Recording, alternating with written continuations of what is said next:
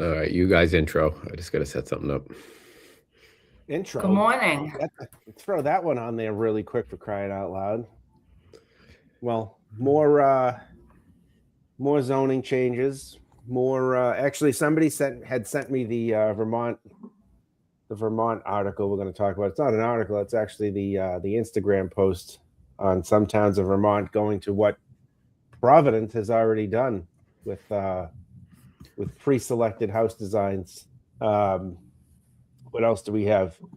Micro communities, which is the opposite of what we talked about last week with the brand new giant community proposed. What else we have in there? Oh, we get a city council with the single stair, the governor's announcement, which I find interesting because I'm gonna blow a gasket on that one, seeing as how I know now in the background how that one's going. Okay, and which one's this? The governor's announcement about executive order, building codes. Are you guys like? Are we what? Are you guys freezing a little bit, or is it just me? Just you. Maybe the filter. The it's been your internet for a few episodes, last 2 episodes, I think, right? Steffi says, good morning, here for the zoning and the Regina loving YouTubers. Yes. You know what I was thinking about? Like if I had that many nice comments coming from, well, nice is if I had that many comments coming from YouTube by females, we would do this every day. Why are you in the office already? Did you sleep there last night? No, I got a class this morning that I got to teach, and there was no way I would have gotten it all done and gotten here. Gotten to where I'm going on time, doing impairment plans. So gotcha. That should be good. All right, we're all set up and cranking now, so we are good. Everybody was coming in on 2 wheels this morning. It was like 6:13. I'm sitting there fucking staring at myself. I'm like, this isn't going to be good. I figured you would have been blowing our phone up earlier. Were you late too, Mike? Yeah, I'm on dog duty here. There's nobody home, and the dogs are outside. They wouldn't come in. There's packs of coyotes that fly by all morning, and then I'm like, well, maybe I just leave them out there, and I don't have to worry about. Is that the worst thing that could happen? The coyotes coming to the dogs. So here I am trying to get the damn dogs in the house. The snow in the backyard is still above their bodies, so I don't understand how that works. There was no snow where I just was. I can tell you that. Yeah, I know. I'm supposed to be there right now. But you're here instead. What's wrong? I'm here. Doing God's work. Yes, because we decided to schedule a class on Thursdays during vacation. You were asked. I did, and I said, stay away from school vacation. The boss wouldn't let you go? He absolutely would not. The boss wouldn't let you go. He doesn't care. I don't care. So Joe, that was my punishment. Ship, huh?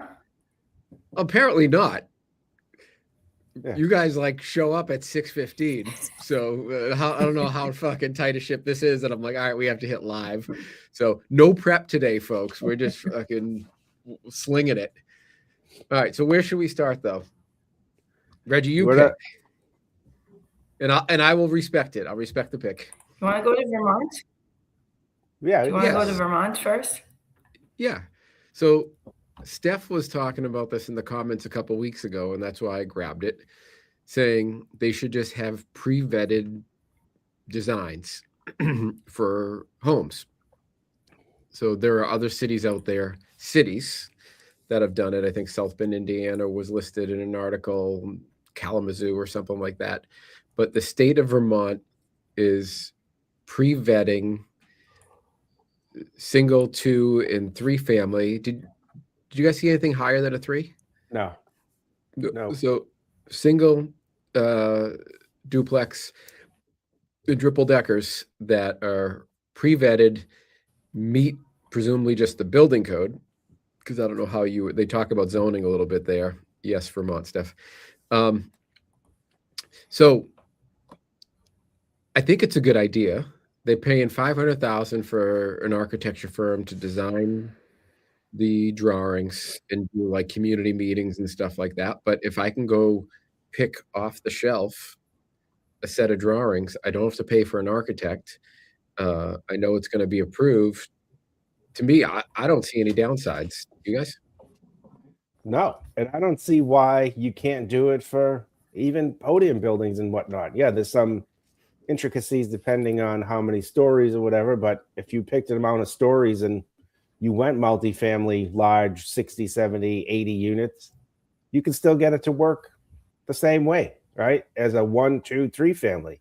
A little more complicated with fire separations and whatnot, but if that's all vetted out already, you know how many units, you know square footages, you can do it the same way. But I think it's a good idea. We talked a while ago about Providence is doing the same thing. They had like 3 designs for multifamily, small multifamily, in order to get this off the ground. And I think it's thinking outside the box. It's not doing and everyone's like, oh, well, you're going to have these same houses.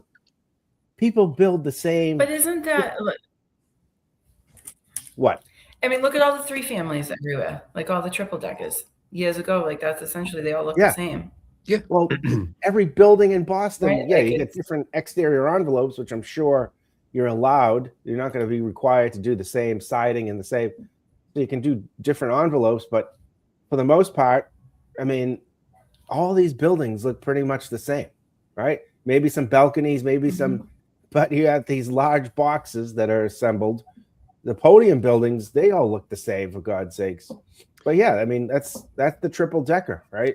But if you're, what's the drawback by saying, oh, I'm going to pick from a design and it's going to look like they want it to look, not the way that I want it to look? You're providing housing and somebody's going to be able to develop it. Yeah, and no one says you have to use these designs. They're just an option. And I don't think there's going to be such a flood if we're talking about. Go ahead, Reg. No, I was going to say, but it guarantees you like an option. Yes. Yeah, and I mean, if we're in Vermont, and a streamline. Yeah, that's the key. Time is money. Am I coming in weird? Am I? A little bit. No. Yeah, but I think you're fine. I feel like.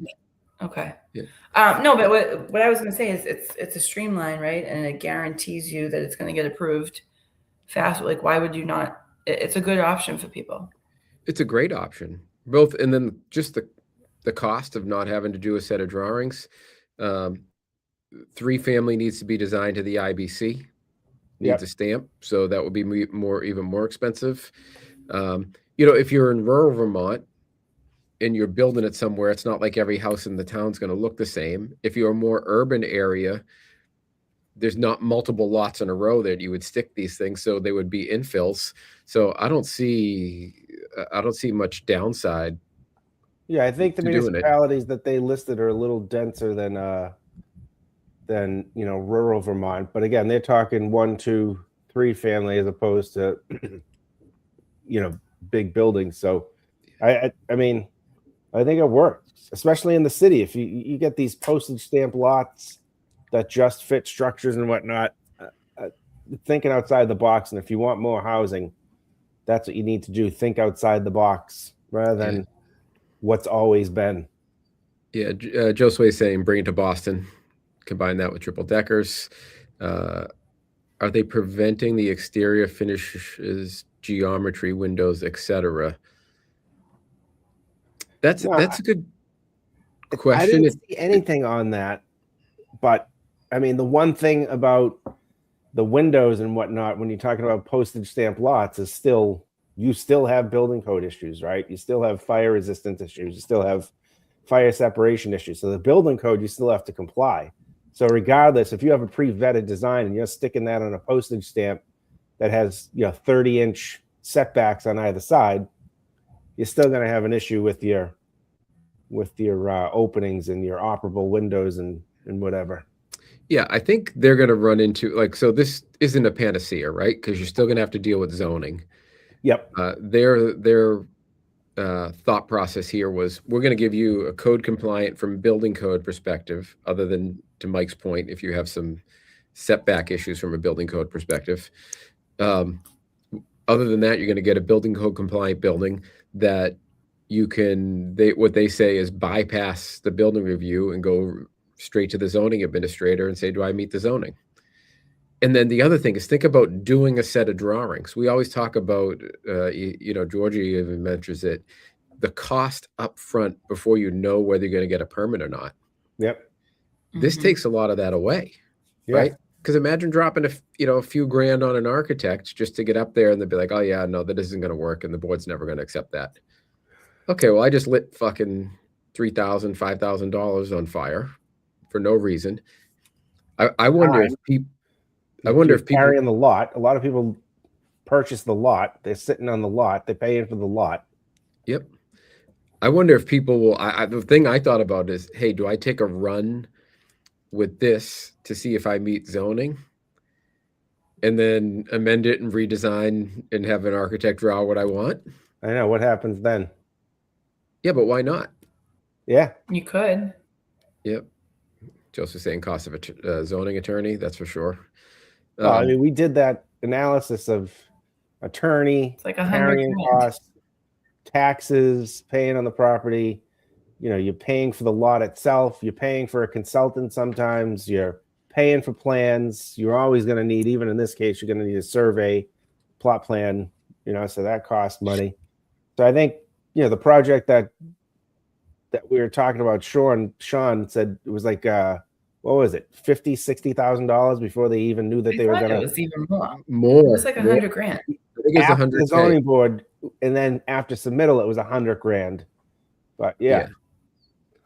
And still don't know if you have a permit yet. That's Right. the kicker, right? There's no certainty in there. So Vermont, I think it's a no-brainer. I like that they're doing it statewide versus city to city. Home run, I don't see much downside. So hopefully, as the people in the comments are saying, other municipalities can pick this up and just run with it. Yep. Let's go to the governor's executive order. So, Governor of Massachusetts issues an executive order saying that she wants to create a committee to review single stairs buildings. So have fire building, everybody involved, advocates involved. And my take on this is that's fine. But first thing is it should be going through the BBRS, which is the right avenue for it, right? Technically, it should go through the building code. So we have everybody having a uniform building code rather than having to find out all these random MGLs all over the place. And it is actually going through the BBRS currently. So right now we have the BBRS looking at this. The governor shows up and files an executive order. So hold that thought, because I'm going to have a lot to say about that, but go ahead. Okay. There's a Senate bill already in the works to look at this. So the BBRS is looking at it. The Senate is looking at it. The city council we're going to talk about, they're looking at housing related reforms. And now the governor comes in and says, I'm going to file an executive order. Can these people just get together and have a fucking conversation? Because it's crazy, right? How many people are going to look at this? Can't we all just sit down in a room? So hopefully Mike comes back. Let me read, because he's going to want to be part of this. So Bernard for Hernan, yes, this solves the building department side of the review, but yes, most lots in our area are existing non-conforming. So the pre-vetted stuff only takes care of the building code issues, but Mikey's back. I'll add him to stage. What happened? I opened up the envelope for the committee to review anyway. Okay. Yep. So there's a million different people looking at this stuff. Like, can't we all just sit in a room? I mean, it should all go through the BBRS. It is a building code issue. If we want to change the building code, go through the BBRS. but everybody's running around, and then this extends outside a single stair. This is all the housing related stuff. It all gets wrapped up in that umbrella, right? So we have ballot questions happening. We have Senate bills, we have city council hearings, we have the BBRS hearings, we have now a governor's executive order. It's an absolute shit show. And the governor should just get people in a room and say, let's all swim in the same direction. And then, sorry, I'm going off here for a bit. Then you see, how do you pronounce the Quincy mayor's last name? Is it Koch or Koch? Koch. Koch.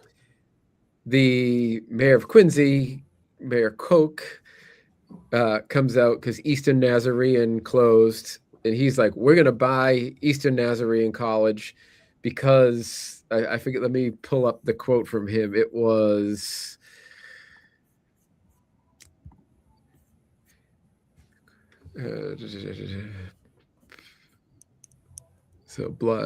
we've already made it clear that this neighborhood is not the place for high density housing. I guess he didn't get the memo. Yeah. I guess he didn't get the memo.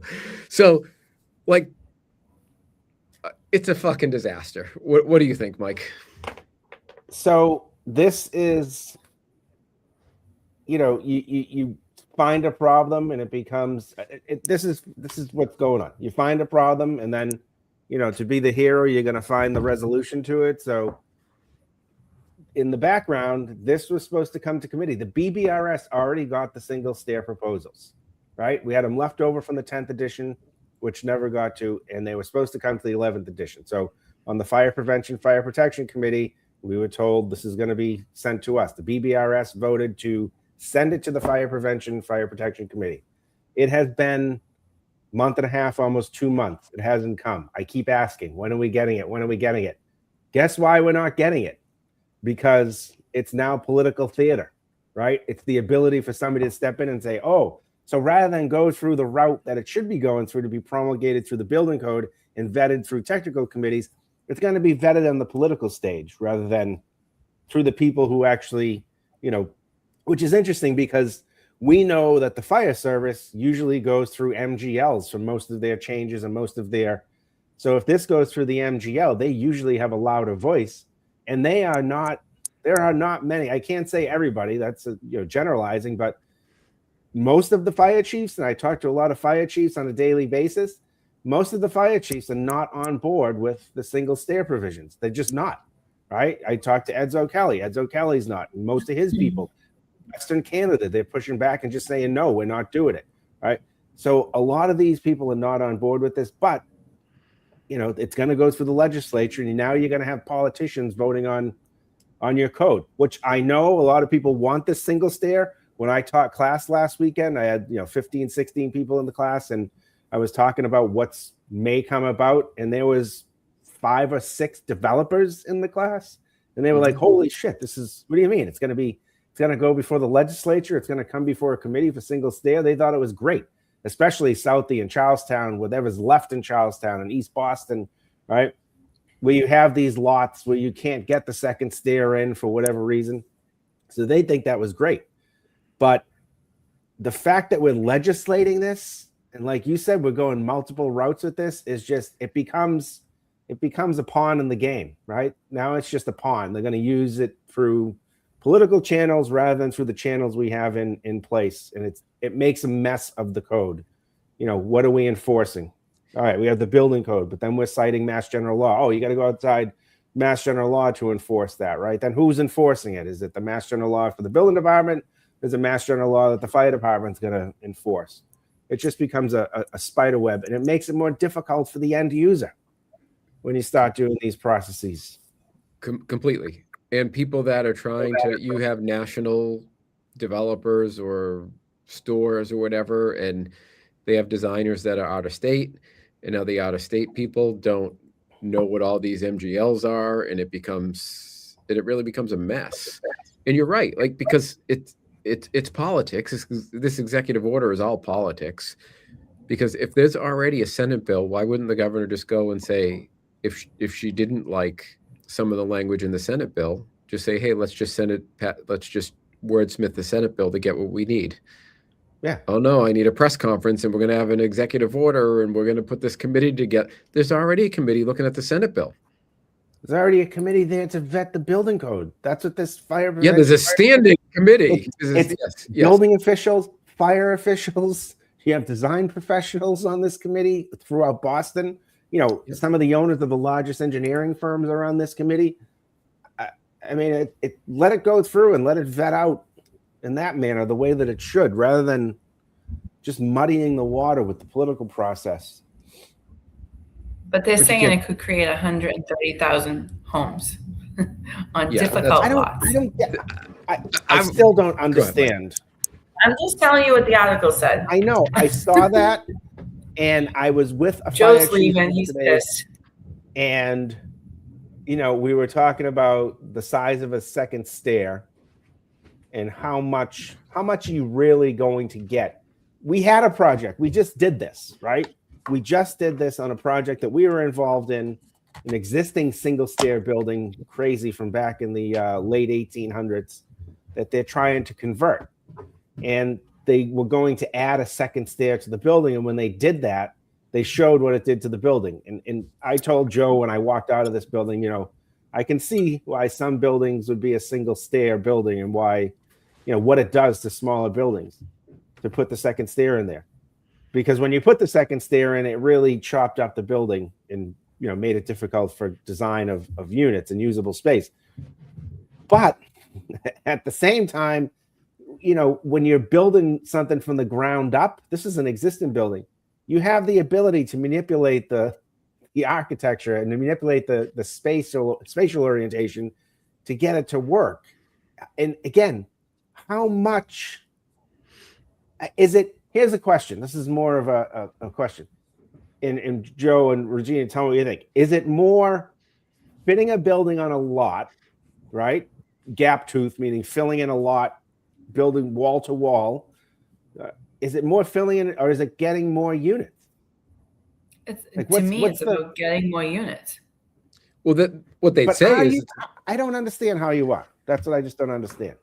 well, their argument is it makes it more economical if you don't have to install that second stair, and then the product is better because you have, you know, 4 corner units where you have more windows versus like what they'll call like safe deposit boxes style.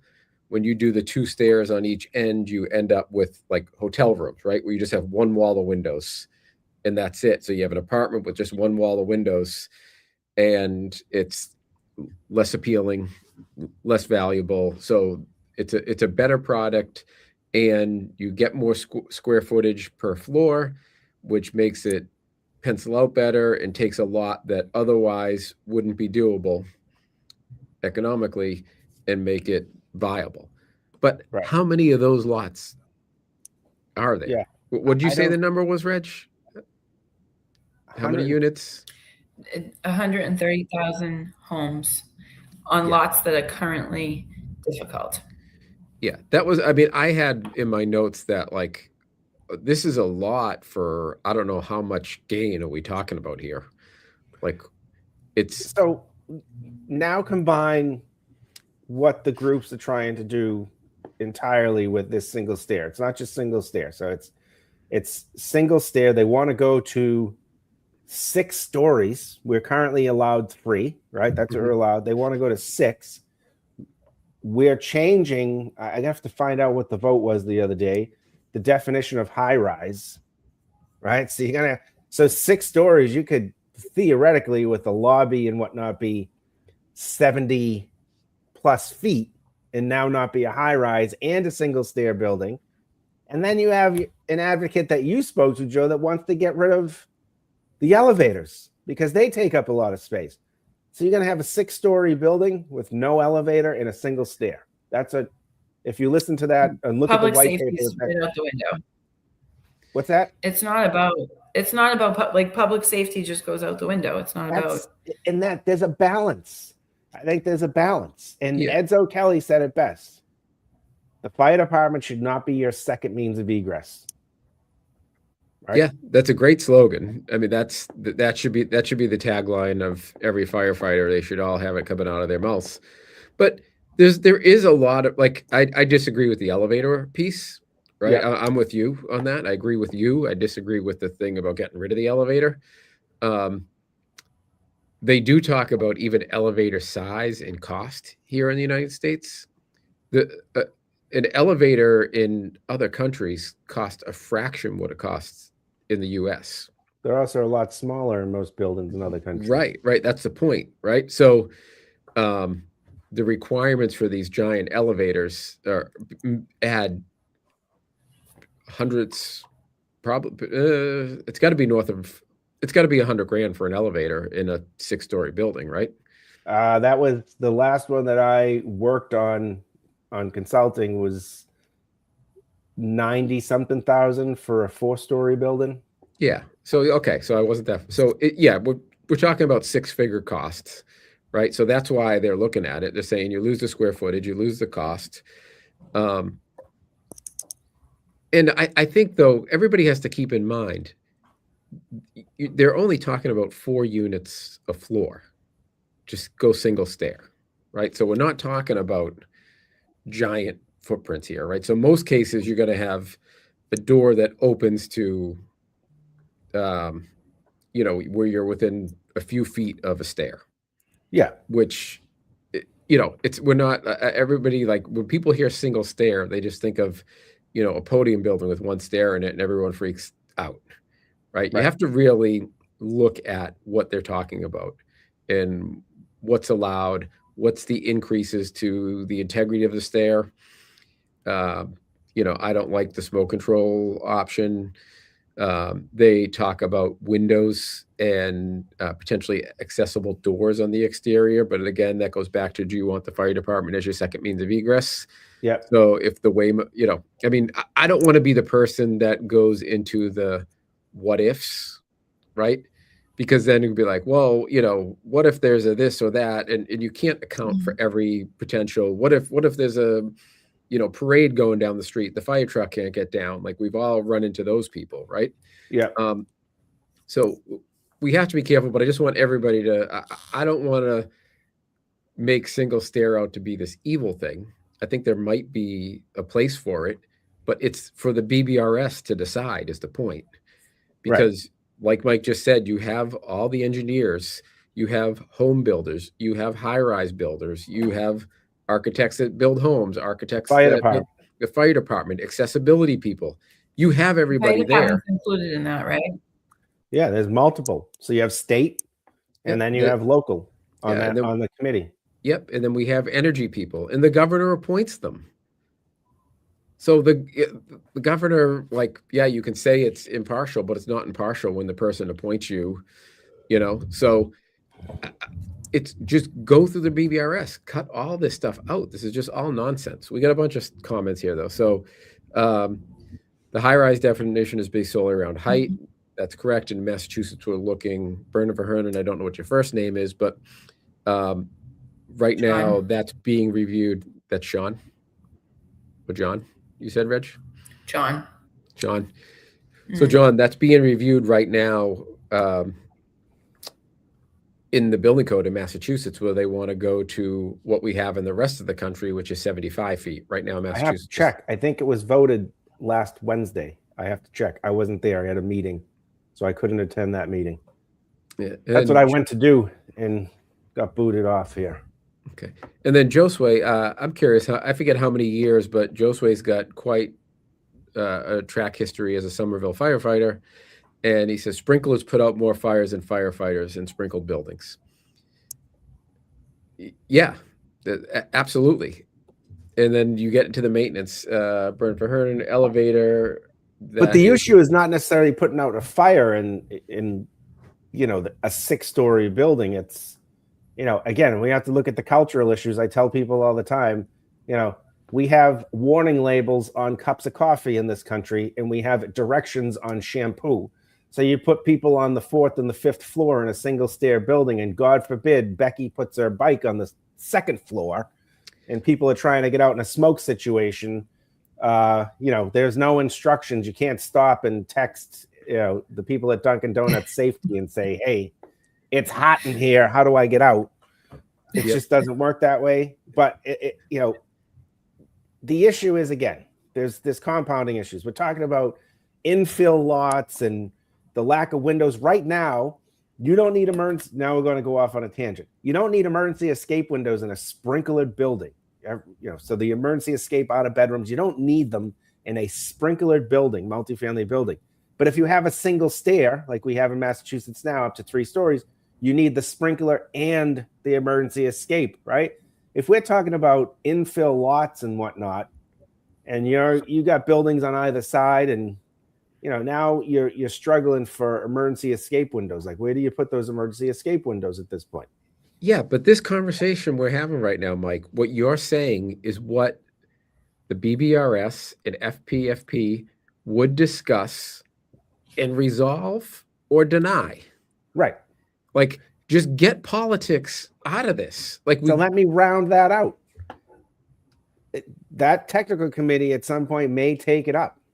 But now that it's out in the realm of political theater, a lot of these committees, it doesn't matter. It's going to go on what the political wave is doing. Yeah, the MGL is going to supersede it. And that's what I'm saying is wrong.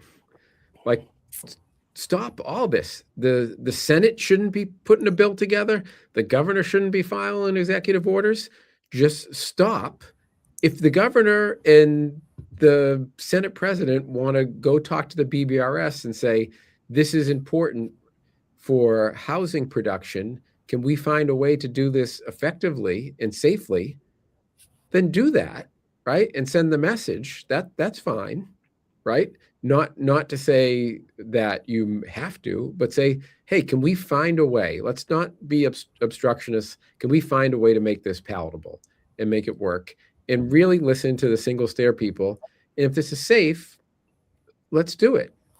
And that's what should be happening. But instead, we have this political theater, as you said, Mike, and it's just, running out looking for camera time and FaceTime, and all for, I don't think it's going to put that many units on the street. I think that's, I think that's a fallacy. I would love, and I'm kind of for it. And I would love to see where the 130,000 came from, but I'm all for, hey, bring back fire escapes as part of new construction.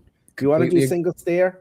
Yep. Throw a fire escape on the back. Protect it, even if it's a wood building, protect the exterior envelope so that you have a 3-hour rating or whatever on the back of the building to protect the assembly. Completely agree. Yeah, I said that a few. When did they take those away? It's not. I just went through like a holistic view of fire escapes and when, and what, and how.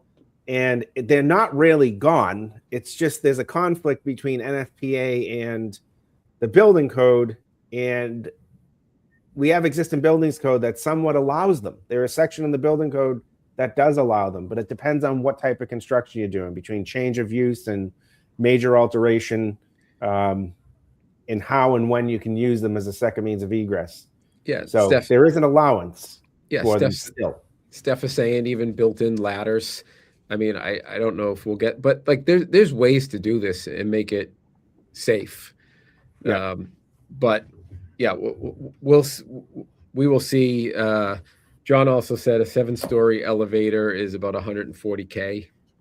So it's real money, right? Because we're all talking about projects that die because of $30,000 or $40,000, and now we're talking about hundreds of thousands of dollars. So this stuff collectively adds up. And that's kind of my beef, which is like, I wrote a piece on LinkedIn this week about how all the bureaucracy is really killing building, not just housing, it's killing building. And people will say, oh, well, it's not that much cost, right? Well, yeah, each individual thing is not that much cost, right? And I didn't bother to grab the NEC, but I just did a renovation, and there are 4 switches on my hallway for the hallway lights because I had to have one at each end and then one at each door leaving. And I'm like, the hallway is 25 feet long and there's 4 light switches on it. Yeah. And you say, oh, well, it's just, what's 3 switches cost you? Okay. But every single code thing, you add them up, and it's, you know, some single family, the home builders came up with a number of $30,000-$40,000 in additional costs for the energy code alone.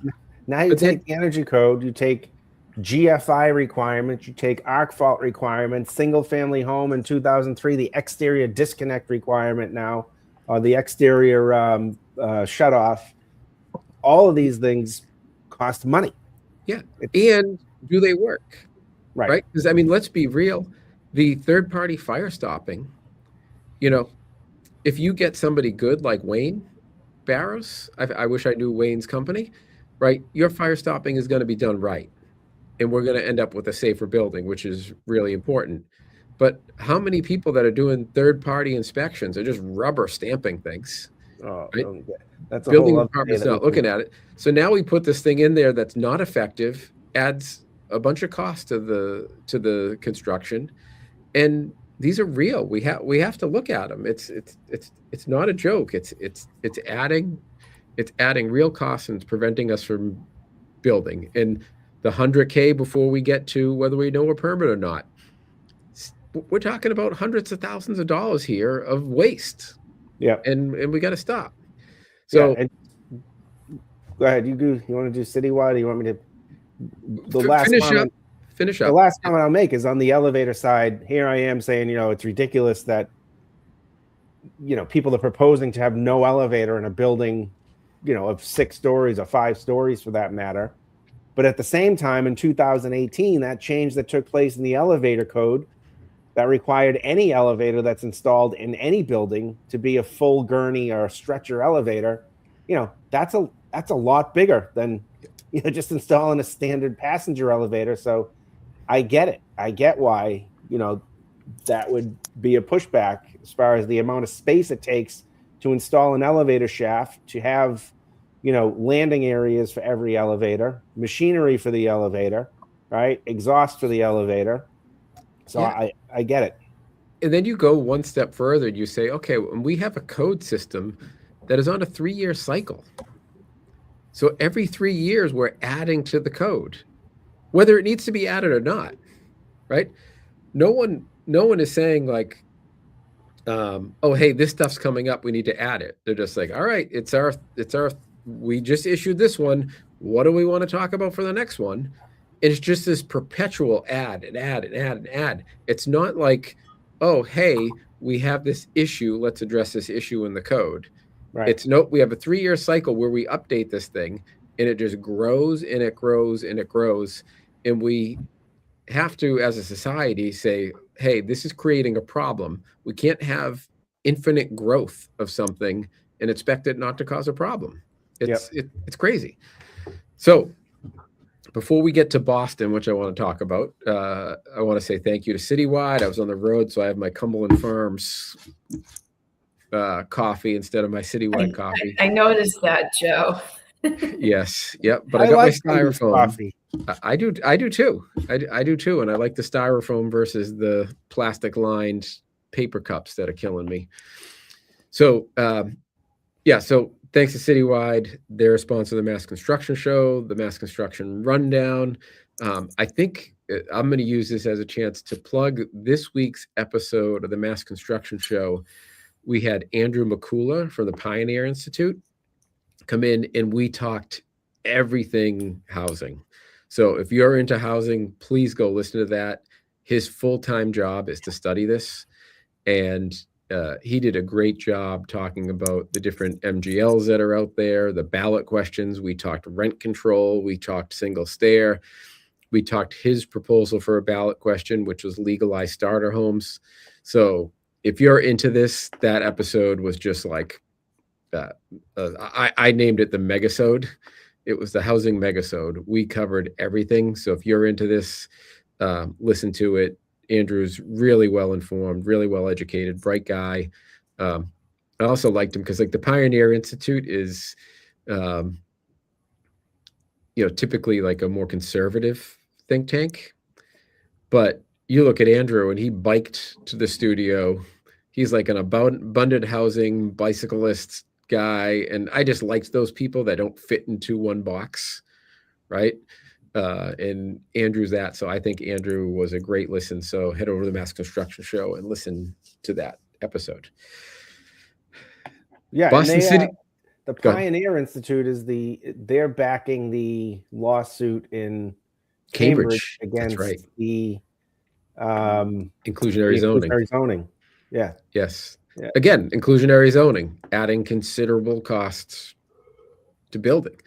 Like if you add all this stuff up, it's wild how much regulation adds to the cost of construction.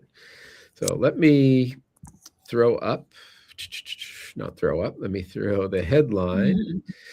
So Boston councils want to consider zoning changes to make some housing easier to build, but harder for strip clubs to move. So I also like that when you're in the article, they talk about how they just refer to it as stripping, you know, and like, I think they should probably change it to say I'm guessing stripping is not the zoning term in there. Adult entertainment, probably maybe? Adult entertainment, but they just say stripping, which I think is funny. But what do you guys think about? I guess let's talk about we already know the answer, which is I don't know why we're doing this in so many different places. But what do you think about the housing proposal? I didn't think it was bad. Reggie, you want to go first? No, go ahead, Michael. No, I mean, it's pretty. Go ahead. No, go ahead. You go, and then I'll. Yeah, I mean, it was a pretty simple one. So for people that don't know, zoning typically, I mean, it varies from. I'm guessing state to state. There's probably a lot of variation in there, but for the most part, they'll say uses are allowed, conditional, or forbidden. Mm-hmm. And what the city council is saying, anywhere where housing is conditional in the zoning code, we're going to make it allowed, and anywhere that's forbidden, we make it conditional. Right. I think that's pretty clean, pretty simple, and open the doors, and I don't see a problem. I mean, I don't see a district that becomes a problem if you want to put residential there. No, and the conditional is what helps. For instance, a lot of times on the first floor in certain business areas and business districts, other than downtown with the residential, commercial to residential, it's conditional because they don't want to get rid of the downtowns, right? The small areas, the centers in West Roxbury and Jamaica Plain, and where you have business districts. They want to conserve those, those walkable areas to have business on the first floor.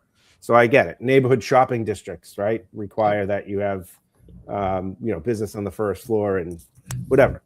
So I get that. That's easy. That's a change that doesn't take much, energy and opens up more property to as of right.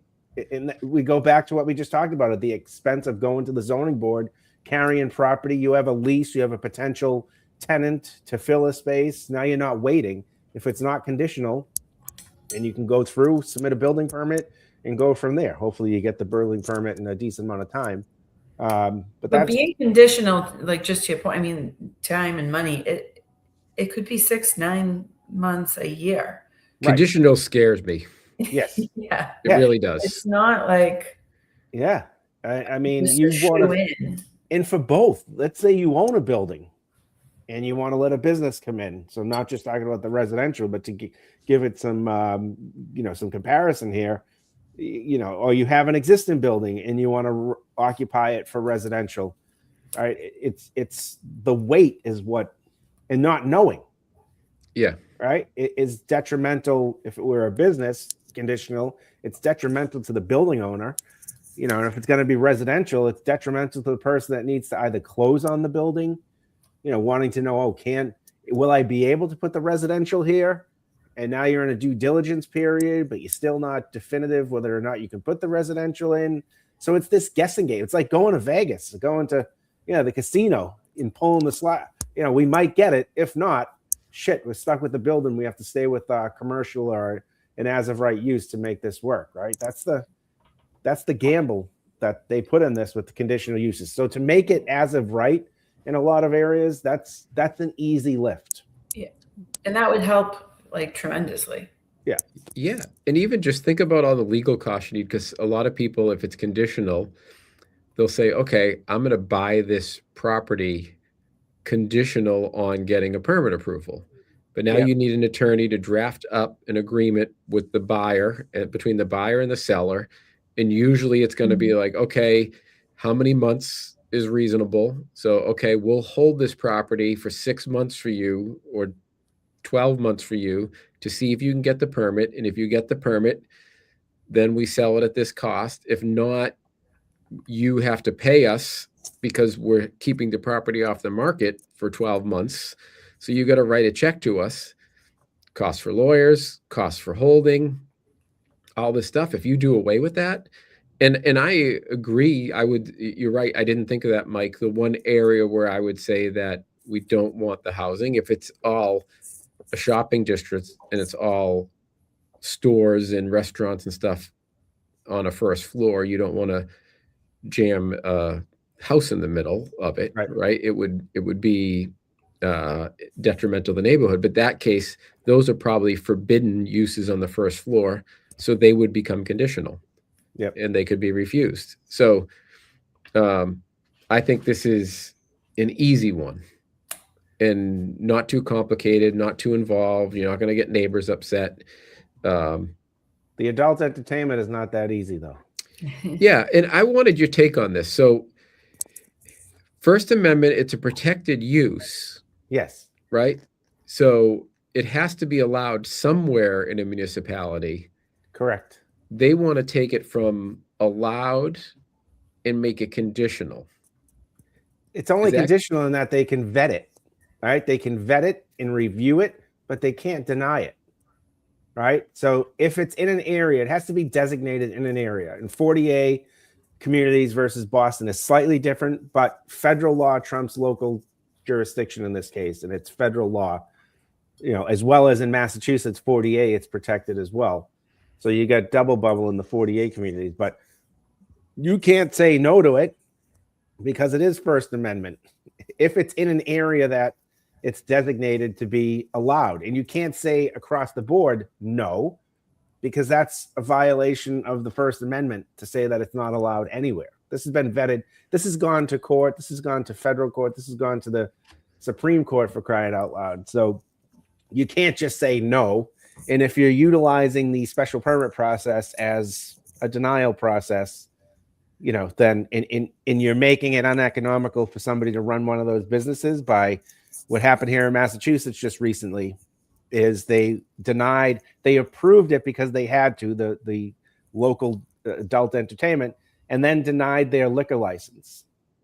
And that company ended up winning because they said, you can't, you have these liquor licenses available. This company applied for it. A company of similar size, whatever it might be, you've issued these licenses and now you're denying these. And they said this is a de facto denial of the allowance to have this use. And the judge said you have to issue the liquor license. So it's protected. I think that, Ed Flynn does a decent job, but I think that's also just trying to get some positive reaction out of citizens when there's really no teeth to it. So they make that conditional, and that does not run afoul of the First Amendment but at the end of the day, once it goes, they have to let it go through as a conditional. So then it's not really conditional. It's still allowed. Oh, it's more special permit, and the special permit process is more design review. It's like small project review, essentially. That's what it has to be.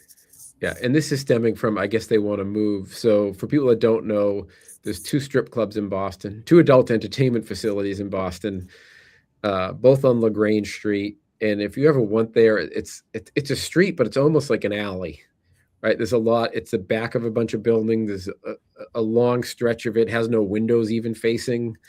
Thank God I've never been there, Joe. Yeah. I had that ward, so that's the only reason I know. I had the ward. I went to high school down there when it was still the combat zone. And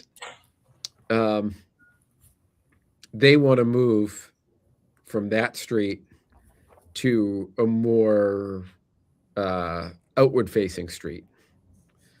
And so they're trying to make this change so that they can't just move and it's allowed. Now it's conditional and they can put conditions on them. But from what you're saying, Mike, is they're going to be pretty limited to what conditions they can put on that. Yeah, I mean, if it's allowed, again, if it's allowed in that district, and I believe it still is allowed, they're going to be hard pressed to deny them. And if they do deny them, the city's going to have to shell out a shite load of money to fight the case. And it could go, if these people with the backing they have keep going with it, it could go federal, right? It probably will go federal if they get their way. And Boston will probably lose. Yeah. All right. Well, we're over. We'll have to pass on micro communities. I can push it to next week. And thanks everybody for listening. Thanks to Citywide for making this happen. And I will see everybody. We'll see everybody next week. All right. See ya. All right. And will you guys stay on for the upload? Yeah. Great. All right. Thanks, everyone.